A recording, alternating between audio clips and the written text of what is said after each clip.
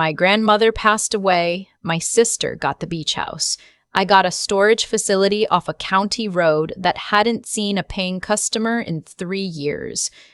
My brother-in-law actually laughed out loud at the attorney's office.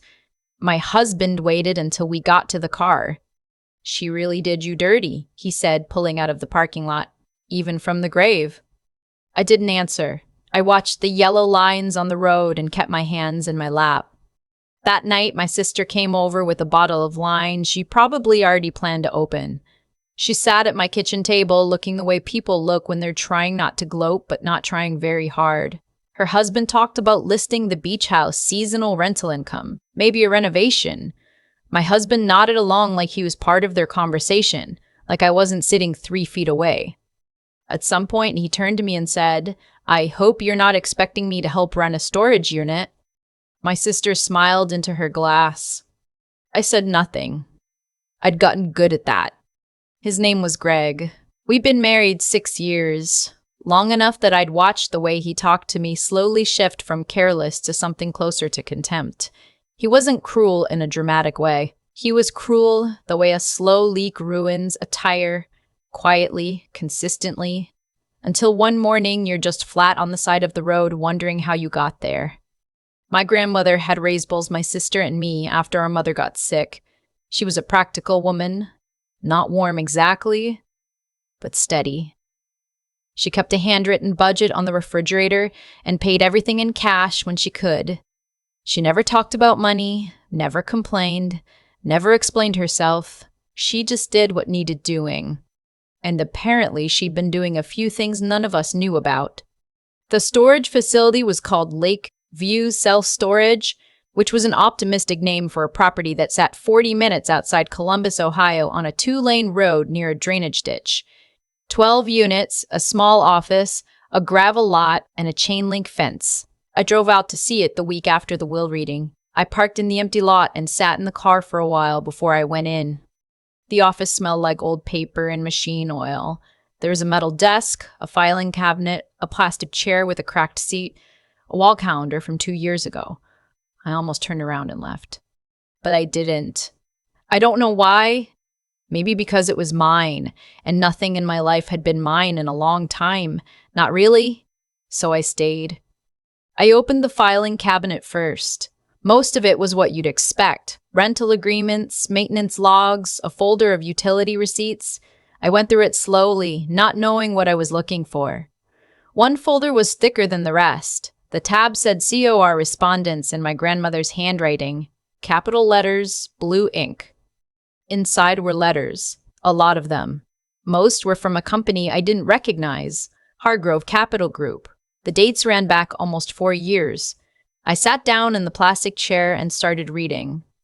The language was formal and a little dense, but the meaning came through clearly enough. Hargrove Capital Group wanted to purchase the property. They had sent offers, multiple offers, starting at a number that made me stop and reread the page. Then the next letter had a higher number, then higher again. Every letter ended the same way, offer declined. My grandmother had said no, every single time. I kept reading. There was a letter from the county planning department. I almost set it aside, but something made me open it. It was a notice about a proposed commercial corridor expansion along the county road. The language was dry, full of zoning terms I had to read twice, but the substance was simple. The state was planning to extend a major highway connector, and the new interchange was projected to be built approximately a quarter mile from the Lakeview self-storage property. I put the letter down on the desk. I picked it up again. I went back to the Hargrove letters and looked at the dates. The offers had started shortly after the county first announced the corridor study. They knew. They'd been watching this property for years, making offers, waiting for my grandmother to sell. She never did. There was one more envelope at the back of the folder, smaller than the others. My name was written on the front in the same blue ink. I held it for a long time before I opened it. Her handwriting was careful and even. She'd always written like she had all the time in the world. "Nora," it said, "if you're reading this, then you found the folder, which means you didn't just lock the door and drive away." Good. I was counting on that. I know what people will think about the will. Let them think it. Your sister needed the easy thing. You never did. The land behind this property runs to the edge of the drainage corridor. When the highway project is approved, that land becomes something different than it looks like right now. I've been watching this for 6 years. I turned down every offer because I wanted you to be the one to decide what to do with it. Not me. You. You were always the one who read things twice. Who asked the questions no one else thought to ask. That is why this is yours. Don't let anyone tell you what it's worth before you find out yourself.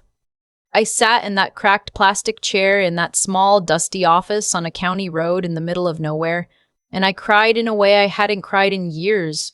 Not sad crying, not relieved crying, something else. Like something that had been pressing on my sternum for a long time had finally moved. I folded the letter carefully and put it in my coat pocket. Then I locked the office, got in my car, and drove home. I didn't say anything to Greg that night, or the next day. I told him the property was run down, and I hadn't decided what to do with it yet. He said that was probably the only honest thing my grandmother had ever done, admitting the place wasn't worth anything. I nodded. I cleared the dinner plates. I went to bed early. But I didn't sleep. I lay there in the dark and I thought about the letters and the county notice and the number and that first Hargrove offer. And I thought about how my grandmother had sat on all of this for years without telling a single person. The next morning, I called the Ohio Department of Transportation's public information line. I gave them the county road name and parcel number from the deed. The woman who answered put me on hold for a few minutes. When she came back, she said yes, the Route 33 commercial corridor expansion had been approved by the state legislature the previous spring. Construction on the primary interchange was scheduled to begin within 18 months. Properties along the designated corridor were being assessed for commercial rezoning. I thanked her and hung up. Then I sat down at my kitchen table with a notepad and wrote down everything I needed to do next. Not in a panicked way, slowly, in order. Step 1. Find a real estate attorney. Not a general practice family lawyer, an actual commercial real estate attorney. Step 2. Do not tell Greg. I know how that sounds, but here's what 6 years of marriage to someone who calls you a financial liability whenever you don't contribute what he considers your fair share teaches you. Some information is only safe once it's legally protected. I had watched my grandmother turn down offers for years while she waited for the right moment. The least I could do was wait 3 weeks. I found an attorney named Mr. Kowalski through a referral from a woman in my book club whose family had sold farmland to a developer 2 years earlier. He had an office in a brick building downtown, wore reading glasses on a chain, and did not seem at all surprised by my situation. I laid out everything, the letters, the county notice, the deed. He read through the Hargrove correspondence carefully. Then he set his glasses down on the desk. How long ago did your grandmother pass? He asked. 5 weeks, I said. Has anyone else seen these documents? No. He nodded slowly. The rezoning application for this corridor is already in process, he said. Once it's finalized, comparable properties in this zone have been selling in a certain range. He wrote a number on a notepad and turned it toward me. I looked at it. That's conservative, he said. Depending on the access point configuration and what Hargrove or a comparable buyer intends to develop, it could go higher. I thought about the beach house. I thought about my sister's husband talking about seasonal rental income. I thought about Greg saying my grandmother had done me dirty even from the grave. What do I need to do? I asked. Mr. Kowalski outlined the process clearly. Get the title updated to reflect my ownership. Review the existing Hargrove correspondence and have him draft a response indicating the property was now under new ownership and that I was open to resuming discussions. Late for the rezoning to finalize, which is projected within 4 to 6 months. Don't sell before that happened. And in the meantime, I said. In the meantime, he said, don't tell anyone who doesn't need to know. I hired him that afternoon. The next 4 months were the strangest of my life. I went through the ordinary motions, work, dinner, groceries, the occasional family obligation. while carrying something enormous and entirely invisible. Greg complained about my hours, my cooking, my habit of leaving cabinet doors open. My sister sent me photos of the beach house renovation in progress, new floors, fresh paint, a quote from a rental management company projecting strong summer income. She asked once how the storage place was going. I said it was a lot of paperwork. She said that sounded about right.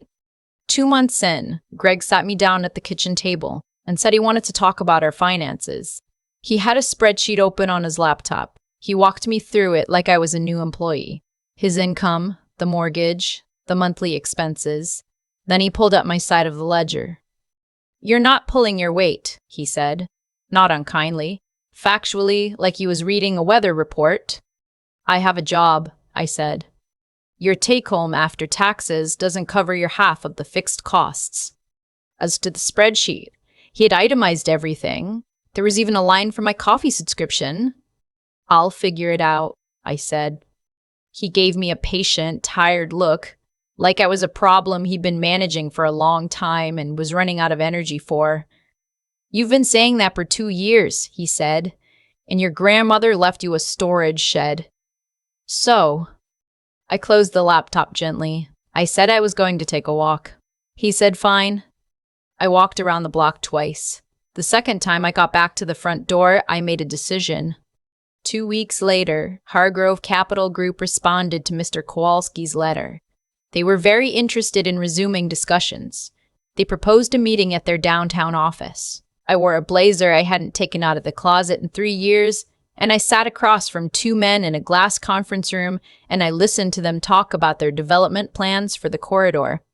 They wanted to build a fuel station and convenience hub, a small format grocery store, and a strip of commercial lease units. They needed the property for the corner access point. Without it, the configuration didn't work. "We've been trying to acquire this property for 4 years, one of them said. He wasn't rude about it, but there was something in his voice, a faint disbelief that he was sitting across from me instead of closing a deal with someone more expected. "I know," I said. "I read the correspondence." He smiled slightly. They slid an offer across the table. I looked at it. I said I would need 72 hours. Mr. Kowalski had told me never to respond in the room. They said, of course. On the drive home, I called my attorney. He said the number was within range, maybe slightly below what we could get if the rezoning finalized in the next 60 days, which was likely. He recommended I make a counteroffer and request a short extension. I authorized him to do it. That was a Thursday. On Sunday, Greg's parents came for dinner. His mother had never particularly liked me, not in an obvious way, just in the way that certain mothers never fully accept the person their son chose. She was polite and slightly cool and always found a way to bring up what his life had looked like before. At dinner, she asked how I was enjoying my new property. She said property with a very slight pause around it, just enough to make sure everyone registered the irony. Greg said I was still figuring out what to do with an old storage unit. His father chuckled. "Market for those can't be great," he said. "It's an interesting situation," I said. His mother asked if I'd thought about just selling it and being done with it. I said I was working through a few things with an attorney first. Greg looked at me. He hadn't known about Mr. Kowalski. "What attorney?" he said. "Commercial real estate," I said, just being thorough. He let it go at the table. Later, after his parents left, he asked me again. I told him the property had some potential complications with the county zoning and I was handling it. He asked how much it was costing us. I said I was paying the retainer from my own account. He said he didn't know I had a separate account. I said I'd always had a separate account. He seemed genuinely surprised by that, which told me something. 61 days after that dinner, the Ohio Department of Transportation finalized the rezoning of the Route 33 corridor. Mr. Kowalski called me at 8:13:14 in the morning and told me it had gone through. He said Hargrove had already contacted his office. They had accepted my counter and were prepared to close quickly. The final number was more than either of us had projected. I didn't scream. I didn't cry. I sat at the kitchen table with my coffee, and I read the number again, and I thought about my grandmother writing my name on that envelope in her careful blue ink, counting on me to not just lock the door and drive away. I thought about all the times in the past 6 years Greg had looked at my contributions and found them insufficient. All the spreadsheets, all the quiet corrections, all the sighs, all the ways he'd made me feel like a problem to be managed. And I thought about how none of that had changed who I actually was or what I was actually capable of. He just hadn't been paying attention to the right things. I called my attorney and told him to proceed. We closed on the property 6 weeks later. I had already consulted a divorce attorney 2 weeks before that. I did not tell Greg about the sale until the closing was complete and the funds had cleared into my account. My account, the one he hadn't known existed. My attorney had confirmed that inheritance received prior to and during marriage, kept in a separate account without commingling, is treated as separate property in Ohio. The sale proceeds were mine. I told him on a Tuesday evening. I set a folder on the kitchen table, the same table where he'd shown me his spreadsheet and told me I wasn't pulling my weight, and I let him open it. He looked at the closing documents for a long time. He looked at the number. He turned the page to make sure he wasn't misreading it. "This is the storage facility," he said. "Yes." He looked up at me. Something moved across his face that I hadn't seen there in a long time. Maybe ever. He looked at me with irritation and with patience and with something that occasionally resembled affection, but not with this. This was something closer to recognition. "You knew," he said. "My grandmother knew," I said. "She left it to me because she trusted me to find out." He was quiet for a while. Then he said, "What does this mean for us?" I had thought about how to answer that question. I had thought about it for most of those 61 days. I thought about whether this changed things, whether the money could fix what had actually broken, whether a person who treats you like a line item on a spreadsheet can become something different when the numbers shift. "I filed last week," I said. He looked at the folder, then at me. "The attorney says it should be straightforward," I said. "The sale funds are separate property. There's not much else to negotiate." He didn't argue. He didn't get angry. He just sat there with a look on his face that I couldn't entirely read, and I realized I'd spent 6 years trying to read that face and trying to earn something from it, and I was tired in a way that had nothing to do with the hour. I picked up my keys and my coat and I told him I'd be staying at my friend's place for a few days to give him time to process. He nodded. He didn't ask me to stay. I drove to my friend's apartment and she made tea and didn't ask too many questions, which is the best thing a person can do sometimes. My sister called 3 days after Greg told her. I knew he would.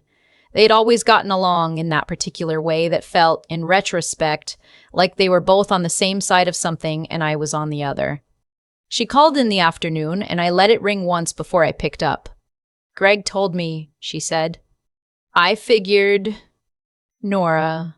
She paused and I could hear her trying to calibrate her tone, somewhere between sympathetic and reproachful, which was a register she'd been practicing our whole lives. "Why didn't you tell me? I'm your sister." "I didn't tell anyone," I said. "That was the point. Grandma left you that place, and you never said anything about that." She stopped. "How much was it?" I told her. The silence that followed was different from the kind I was used to from her. Not dismissive, not lightly condescending, just silence. "That's more than the beach house," she said finally. "I know." She didn't say anything for another moment. When she spoke again, her voice was a little different. "Dad always said she had a plan for everything," she said, almost to herself. "She did," I said. I didn't say anything else. I didn't need to. That was 7 months ago. The divorce was finalized in March. It was as straightforward as Mr. Kowalski had predicted. There wasn't much to fight over because I'd been careful. Because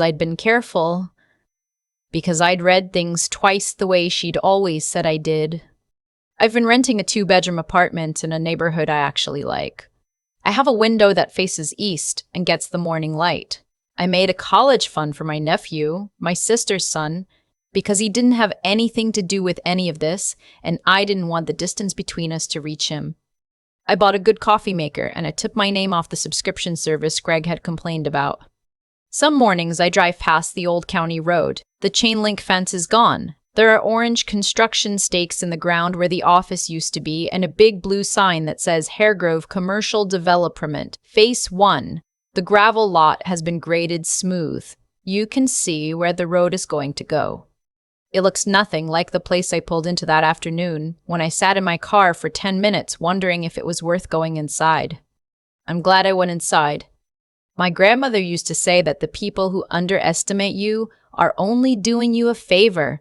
You spend less energy on the performance and more on the work. I didn't fully understand what she meant until I was sitting in a plastic chair in a dusty office reading letters that proved she had been quietly outmaneuvering everyone around her for years, and no one had even noticed. She noticed. She just didn't feel the need to announce it. I think about that a lot now, about what it means to be steady in a way that other people read as small, about the difference between being underestimated and being invisible, about how my grandmother handed me something not because it looked valuable, but because she believed I was the kind of person who would figure out that it was. I think I finally understand what she saw in me. I'm trying to be worth it. I still think about that cracked plastic chair, the way I almost didn't sit down in it, the way I almost locked that office door and drove back home and told Greg he was probably right, that my grandmother had just left me a headache. That moment, the decision to stay, to open the filing cabinet, to read one more letter, that's the thing I come back to most. Not the closing, not the number on the page. That small, quiet choice to not walk away. My grandmother didn't leave me the storage facility because it was the easy thing. She left it to me because she believed I was the kind of person who would do the hard thing.